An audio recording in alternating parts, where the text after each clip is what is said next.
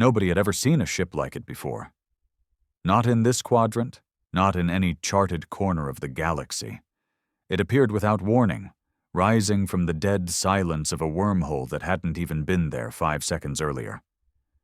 The rift tore open space like paper, and from it came the warship, blacker than the void, shaped like a nightmare with jagged wings, and a body that shimmered with some kind of armor the Galactic Empire's sensors couldn't identify. On the bridge of the Imperial dreadnought Vornaxis, High Marshal Zurk clicked his mandibles nervously. The Empire's fleet had conquered planets just for the thrill of it. They'd vaporized moons to send a message. But even he, a seasoned killer from the Raxion hive, felt a slither of unease crawl down his spine. This wasn't just a warship. This was something else. "Scan it," Zurk barked. "Immediately." The sensor drones didn't even return. They just vanished. No data, no readings, not even a blip. The warship hovered like a predator that knew it was at the top of the food chain. Its hull rippled like liquid metal, and glowing crimson lines pulsed across its sides, beating in time with some deep internal energy source. No signal, no code, no identification. It just watched. And then it spoke, not through radio, not through the usual universal protocol. It injected its voice directly into every mind on every ship within 10,000 kilometers. "We warned you. You took what was ours. Now we take it back." The voice was human, rough, gravelly, full of venom, ancient and angry. Zurk recoiled, his inner membrane twitching. "What in the galaxy is that thing?" growled Admiral Niesel, a crystalline being from the Thalos cluster. Even she looked spooked, her glowing body dimming at the edges. "It's speaking directly into our minds." "It's a violation of mental space," whispered a junior tactician. "That's illegal under the Interstellar Code." "This ship doesn't care about your codes," Zurk muttered. "That's a human vessel." There was silence on the command deck, and then a wave of fear hit. Humans had been declared extinct over a century ago, wiped out during the Siege of Sol. Their home system was obliterated, their colonies burned. The Empire had made sure of it, hadn't they? So what the hell was this? And then the human warship moved. It didn't fire lasers or plasma beams. It screamed, a sonic pulse that tore through shields like wet paper, making every crew member in the fleet vomit, scream, or collapse. Thousands of ships blinked out. No explosion, no debris, just gone, deleted. Panic spread like wildfire. "What kind of weapon is that?" Niesel cried, clutching her head. "It's not a weapon, it's a message," Zurk replied. His voice was barely a whisper now. "They're telling us we're not alone anymore." The warship launched no fighters. It didn't need to. It drifted through the Empire's fleet like a shadow, and every ship it passed either shut down completely or imploded in on itself like crushed tin. The Galactic Empire had never seen anything like it. This wasn't warfare, it was judgment. And behind the horror, the whispers began, from soldiers, from slaves, from rebel cells. "The humans are back." They didn't die, they evolved. No, they became monsters to survive. And out there, in the wreckage, the human warship turned slowly and disappeared back into the rift. But its warning echoed through every mind in the sector. "Next time we bring the fleet." 2 days passed. 2 long, silent, blood-chilling days.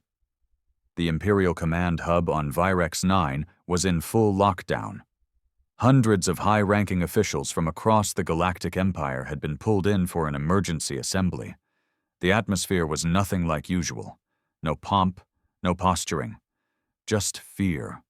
Cold, honest fear. Zurk stood before the gathering, his eyes sunken, his voice flat.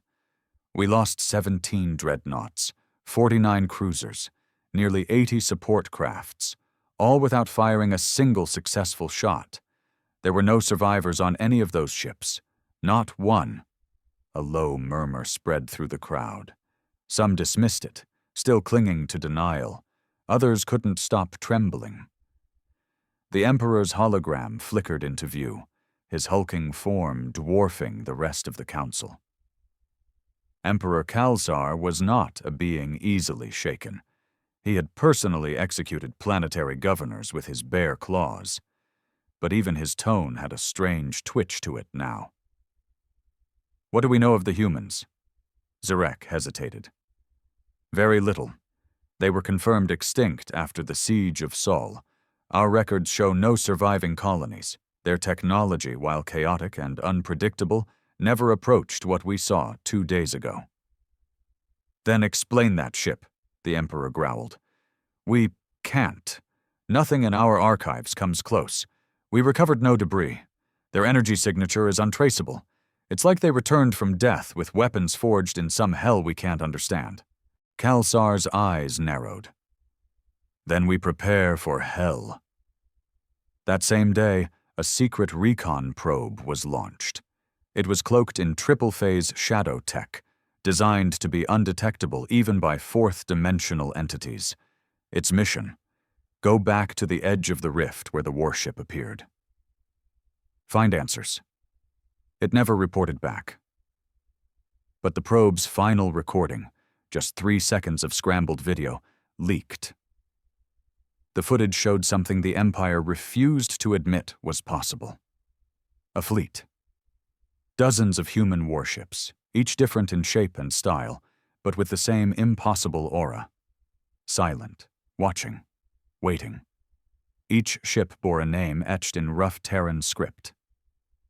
Vengeance, Sol's Fury, Earth's Ghost, and one that made even the Emperor pause: the Children of No Mercy. The panic was no longer silent. The civilian sectors started to riot. News spread, fast and raw, carried through underground info channels and rebel frequencies. The Empire had lied. Humans were alive, and they weren't coming in peace. Resistance groups, long hunted, weakened, fragmented, started resurfacing. On planets like Draxin, Gale Toe, and Zarn III, old flags were raised. Not of Earth, not of Sol, but something new. A black sun over blood-red stars, the symbol of vengeance. And among the terrified elite of the Empire, rumors spread like wildfire. They said the humans had lived in the black voids between galaxies, evolving, adapting, surviving like monsters in the dark. They said they didn't just want retribution. They wanted the galaxy to remember. And Zurk, alone in his quarters, kept replaying that voice. That horrible, human voice that had crawled into his skull and branded itself there. "We warned you. You took what was ours. Now we take it back." He didn't sleep. He couldn't. Because he'd been there during the siege of Sol. He had helped burn Earth. And now he was starting to believe that was the worst mistake the Empire had ever made. The sky above the prison moon of Cardus V was the color of ash. Down below, in cell block E19, the walls vibrated with distant explosions. The guards were gone, either dead or long fled. Prisoners stood around the flickering security lights, not celebrating, not rioting, just listening. Everyone had heard the same thing on the emergency frequency loop. "The Empire has been breached. The humans have returned." For Valen Roque, this was more than just news. It was prophecy fulfilled. He sat cross-legged in his cell, staring at the crude symbol he'd carved into the floor a decade ago. A crude Earth with burning wings. The others used to mock him for it, called him the last human loyalist, a delusional relic of a dead species. But now even the cynics were quiet. "Was it real?" someone asked from the cell across. "That ship? The thing that erased the fleet near Threnox?" "They say it screamed," said another, "and the sound alone killed 6,000 beings." "It wasn't just a ship," Valen finally spoke, rising to his feet. "It was a warning and a promise." They all turned to him now, those same men and creatures who once ridiculed him. What promise? That the age of cowards is over, that the Empire will pay. Valen was no ordinary prisoner. He'd once served in the Terran Shadow Corps, a Black Ops division the Empire tried to erase from history after the war.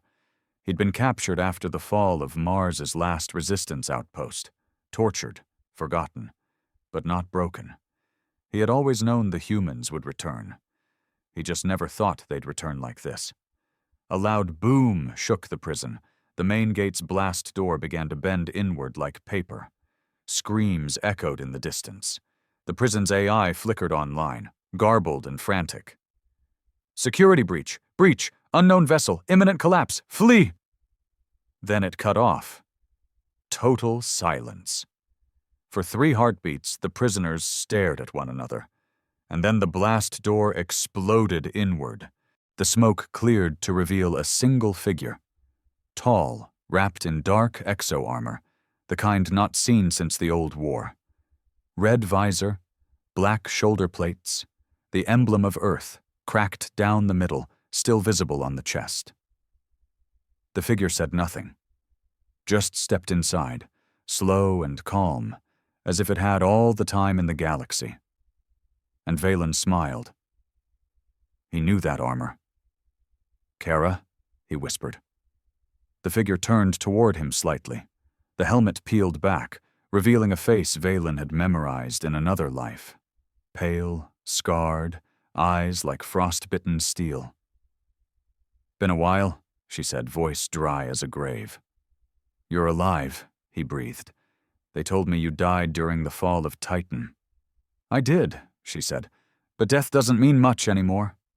She tossed him a pulse rifle, an old Earth model, burn-scored but functional. "Suit up, you're coming with us." "Us?" She tilted her head toward the hole behind her. Shapes moved in the smoke. Humanoid, monstrous, armored, a squad of human specters. "We're everywhere now," she said, "and this galaxy's going to remember why it feared us." Around them, prisoners dropped to their knees. Not out of fear, out of something worse for the Empire. Hope. "Where are we going?" Valen asked. "To burn down the thing that tried to bury us," she said, "starting with the bastards who bombed Earth. You remember Zurk?" Valen's eyes narrowed. "Too well." "Good. Because he's next." She turned, walking into the smoke again. Valen looked down once more at the carving on the floor. Earth with burning wings. Not a dream, not madness, prophecy. He slung the rifle over his shoulder and followed her into the darkness, heart pounding with something he hadn't felt in years. Purpose. Because the galaxy had poked a sleeping dragon, and now the humans were awake. High Marshal Zurek didn't eat, didn't sleep. He barely even moved anymore.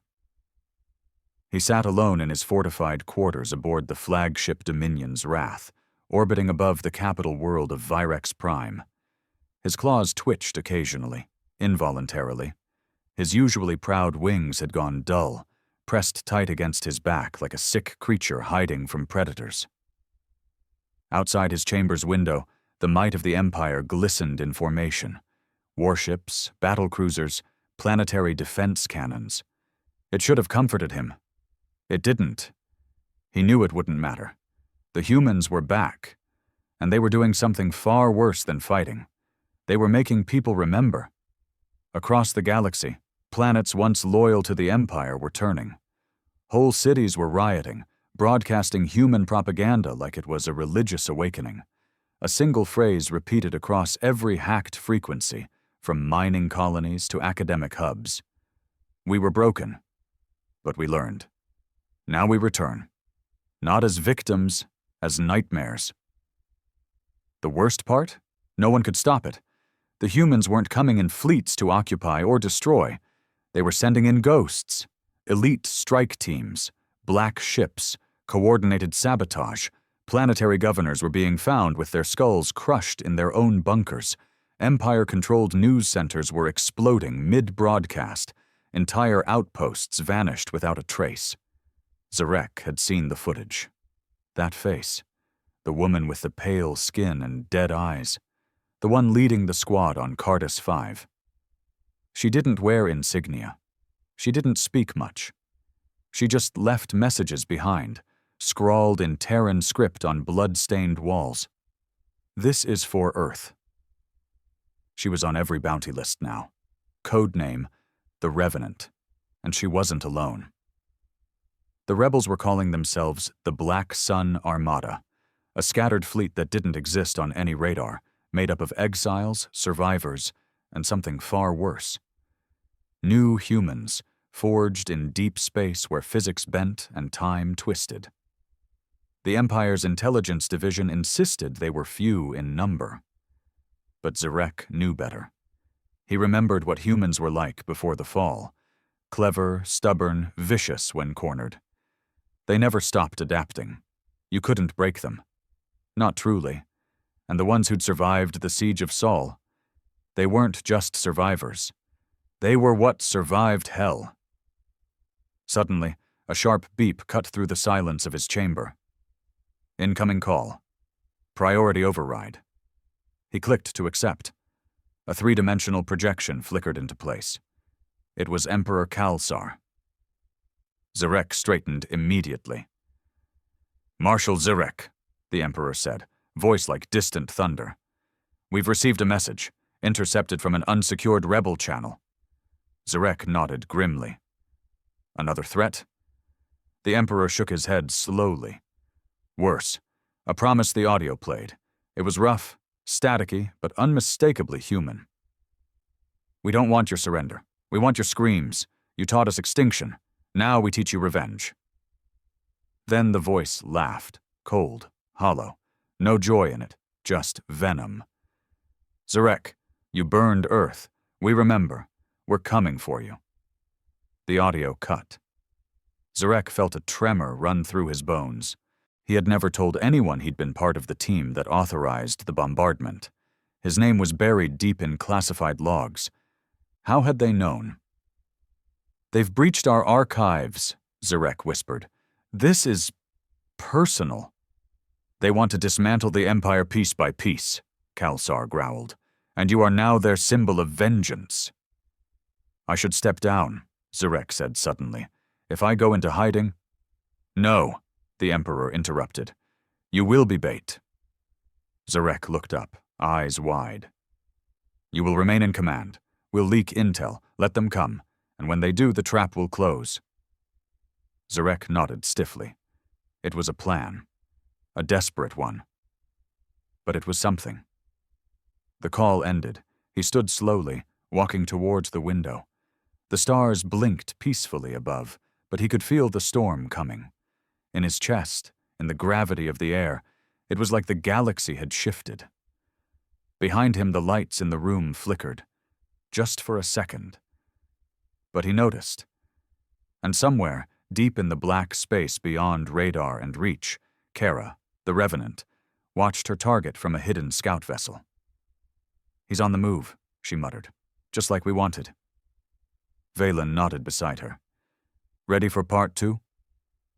She didn't answer. Her eyes were already locked on the Dominion's wrath, and her finger was tightening on the activation switch. The Dominion's wrath began its slow orbit around Virex Prime, unaware that the ghost of Earth's fury was already watching from less than 1,000 kilometers away. Kara stood in the observation bay of the Black Sun Wraith, a vessel so deeply cloaked in stealth tech it didn't reflect light or gravity. It wasn't even visible on visual scanners.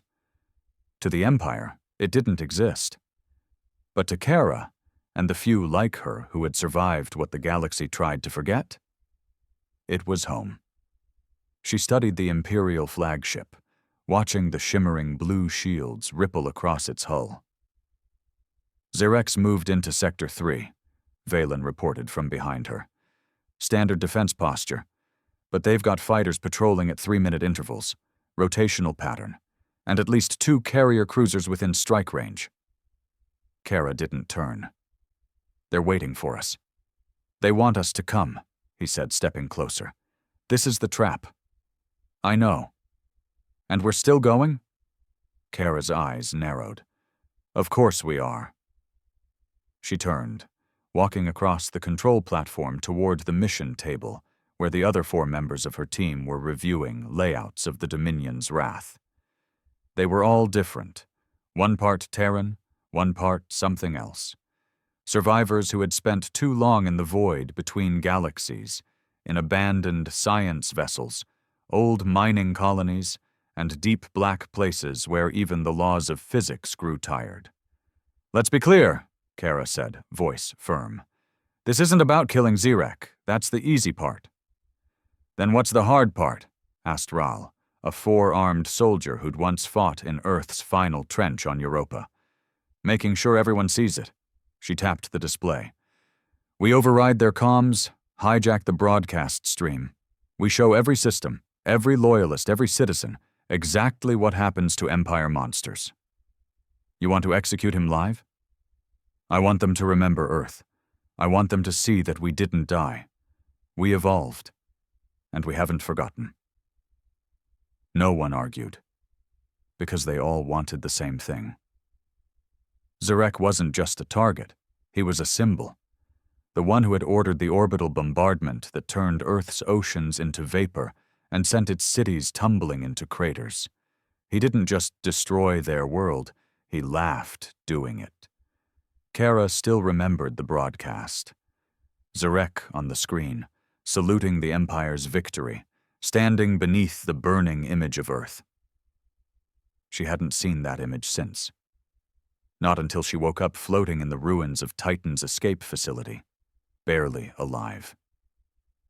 A machine kept her breathing. A forgotten A.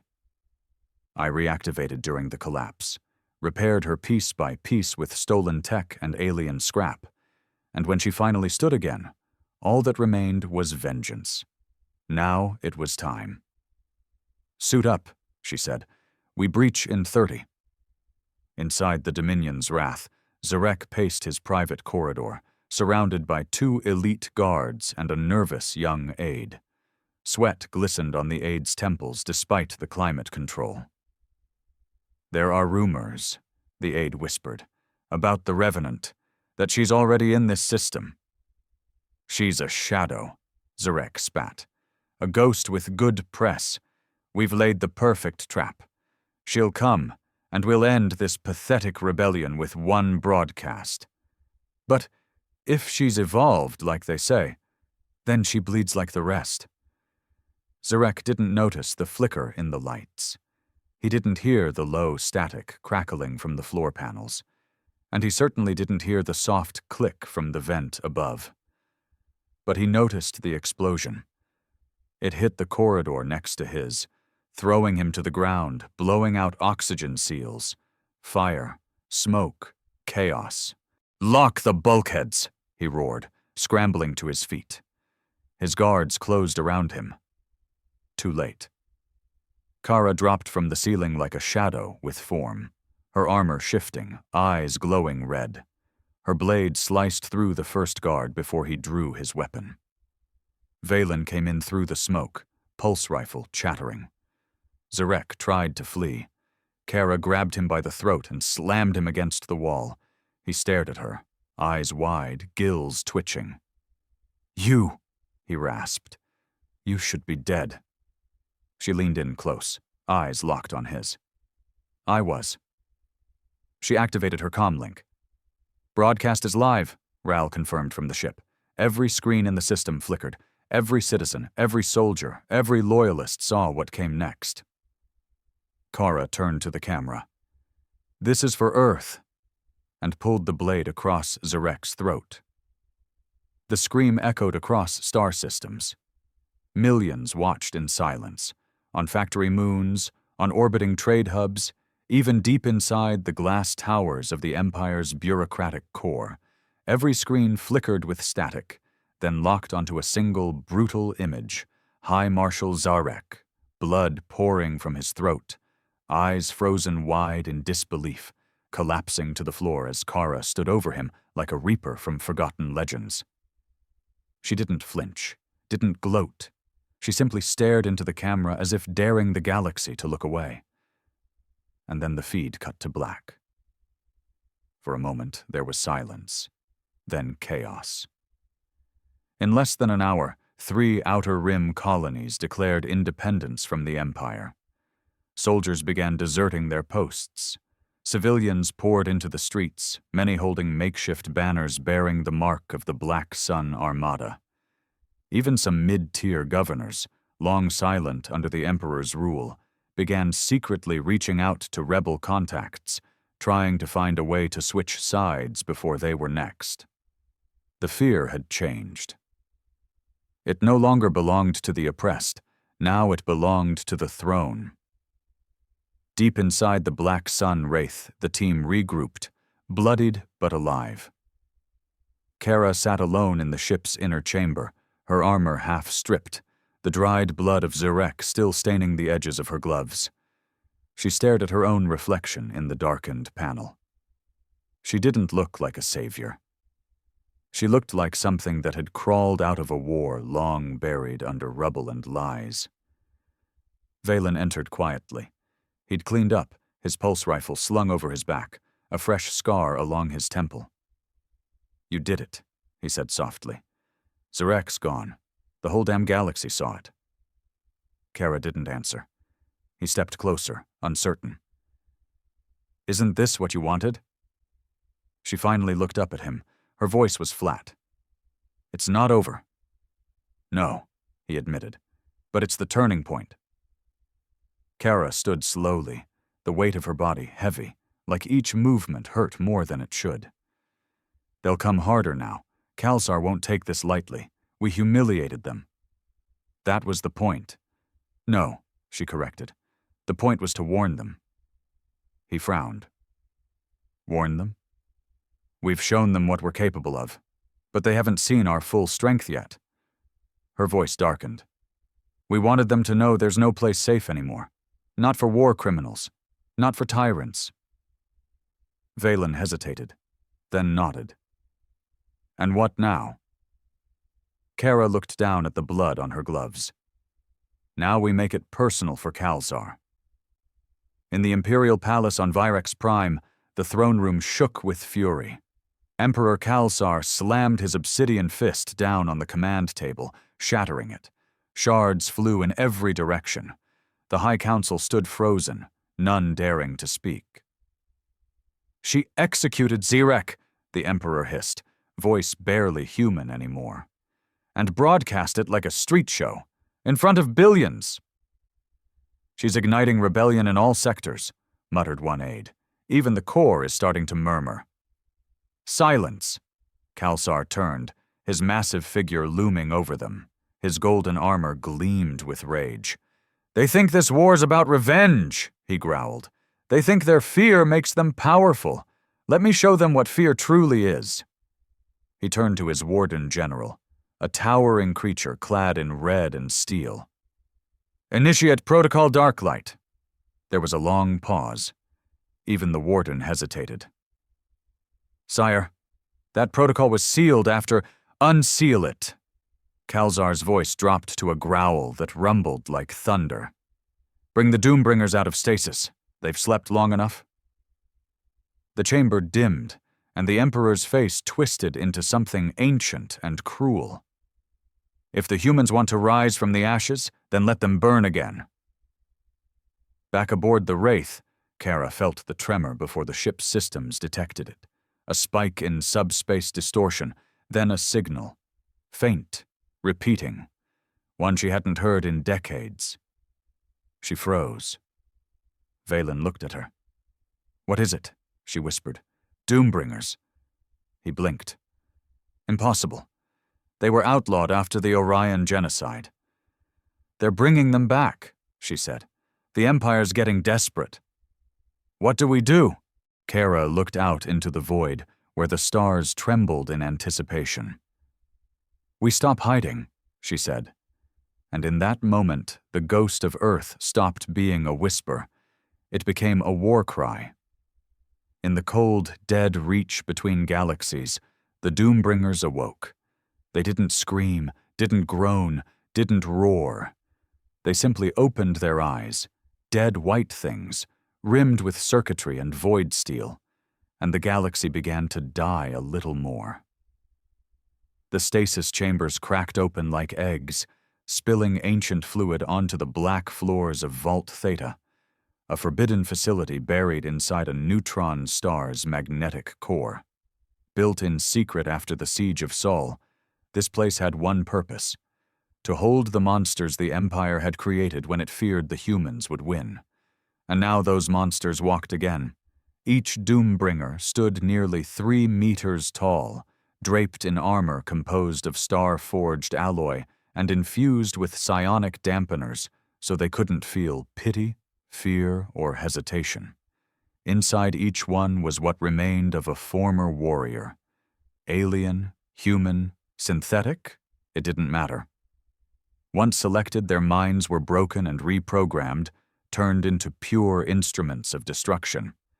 The Empire hadn't used them in decades for a reason. They didn't just kill. They erased.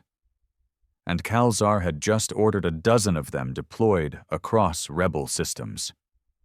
Kara stared at the new intelligence reports with a clenched jaw. Images from the colony world of Jera 9 played on the screen. Grainy at first, then sharp. Black shapes dropping from the sky like armored meteors, each one landing silently before unleashing annihilation. The footage didn't show a firefight. It showed a purge.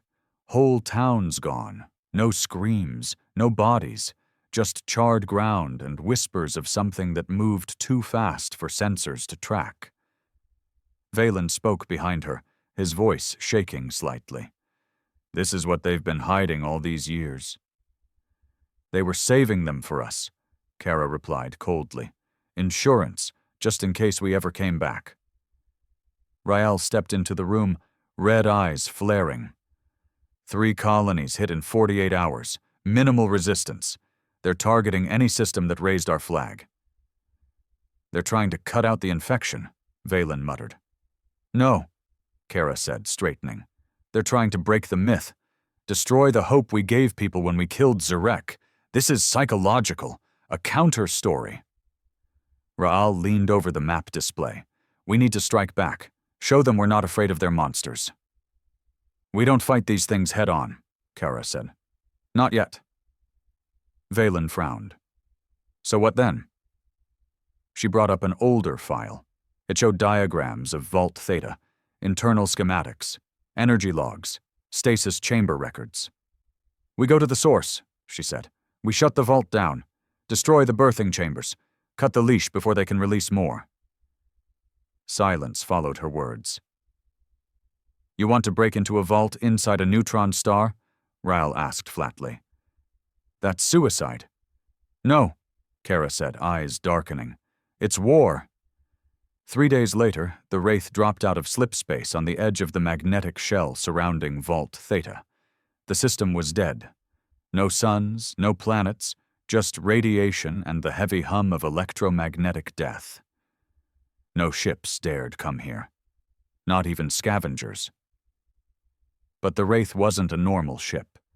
They coasted in on silent power, shields folded flat against the hull, using the star's gravity and magnetic field to slingshot toward the vault's docking spine.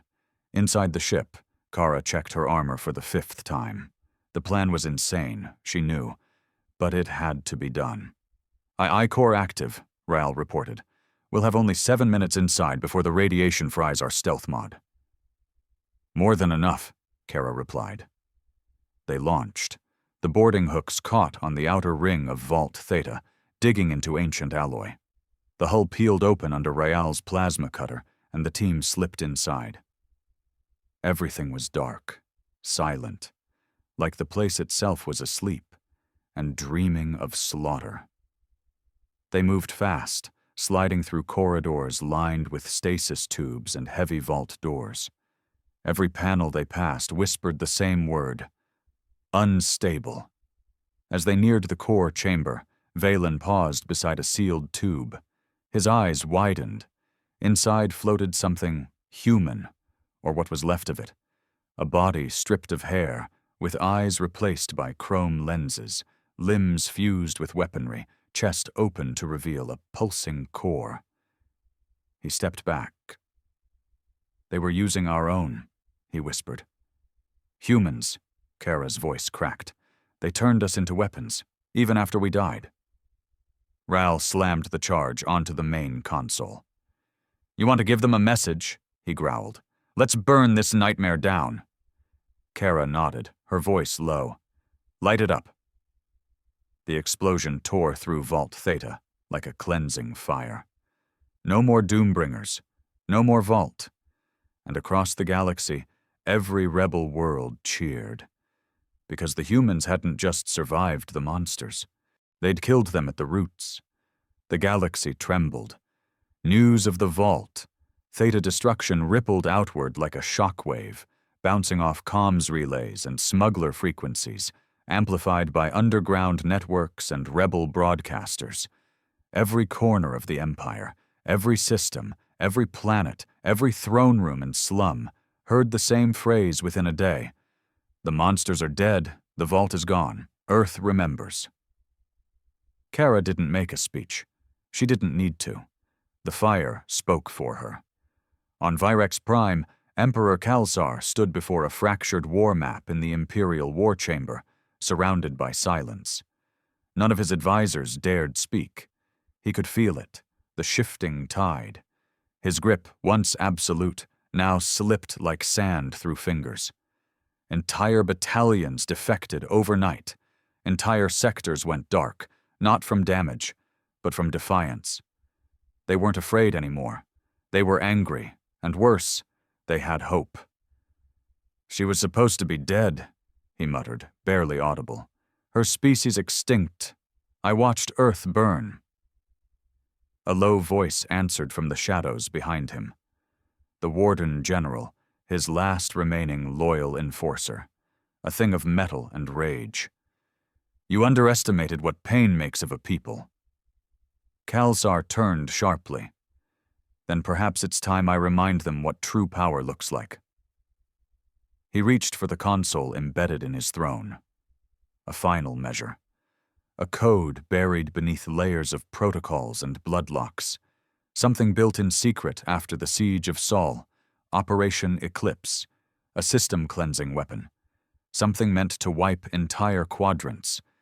But as his hand hovered above the activation pad, the lights died, the walls flickered, and every screen in the war chamber flashed with a single symbol, a black sun over burning stars. "Hello, Kelsar," came the voice. "You wanted to bury Earth, but all you did was plant a seed." Kelsar's hands curled into fists. "How did they breach our systems?" But he already knew. This wasn't just warfare anymore. It was vengeance wearing 1,000 faces. On board the Black Sun Wraith, drifting silently above a newly liberated colony world, Kara stood on the bridge watching the stars realign. Her team behind her, wounded, weary, but alive. Around them, smaller rebel ships blinked in and out of formation, messengers of a new era. They had burned the Vault. They had ended the Doombringers. And now, for the first time since the fall of Earth, they were not just fighting back. They were winning. Valen stepped beside her, looking out through the viewport. "We've got transmissions from over 100 systems. Civil uprisings, desertions, Empire stations abandoning their posts." Kara didn't smile. She couldn't. Not yet. "There's still Kelsar," she said, "and the core systems are locked behind fleets. He won't go quietly." "He's afraid." "Good." She turned to the crew. Rael was patching up his shoulder. Sarah, their comms engineer, had finally removed her helmet, her eyes bloodshot but defiant. Even the new recruits, young, broken things they'd picked up along the way, stood taller now. "We've come from nothing," Kara said quietly, her voice barely above a whisper but reaching every ear in the room. "From the rubble, from exile, from the edge of space where the Empire tossed us like trash." She looked around at the faces watching her. They thought they erased us, but we were learning, adapting, becoming something they could never understand. Kara clenched her fists. They called us extinct. She pointed toward the star map showing Kelsar's palace. Let's show them what extinction really looks like. 1 week later, the Black Sun Armada fell like judgment. No warnings, no declarations, just fire. Kara led the charge, her ship cutting through the last of the Empire's remaining defense grid like a blade through mist.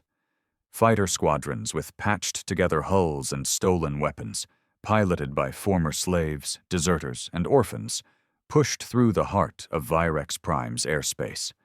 The palace fell in hours. Kelsar made it to the throne room. He died there, not by blade, not by bullet, but by fear. Alone, surrounded, watching the humans rise from the ashes he thought he'd created. Kara didn't gloat. She simply placed a flag in the center of his throne. The old Earth symbol, its continent scorched, its stars burning black. They didn't rebuild the Empire. They let it rot. Because what came next wouldn't be ruled by thrones or chains. It would be built by the broken, the survivors, the ghosts who refused to fade. And in the end, the galaxy did remember Earth. Not as the planet that died, but as the name whispered before every tyrant fell. Earth remembers. Earth returns. Earth wins.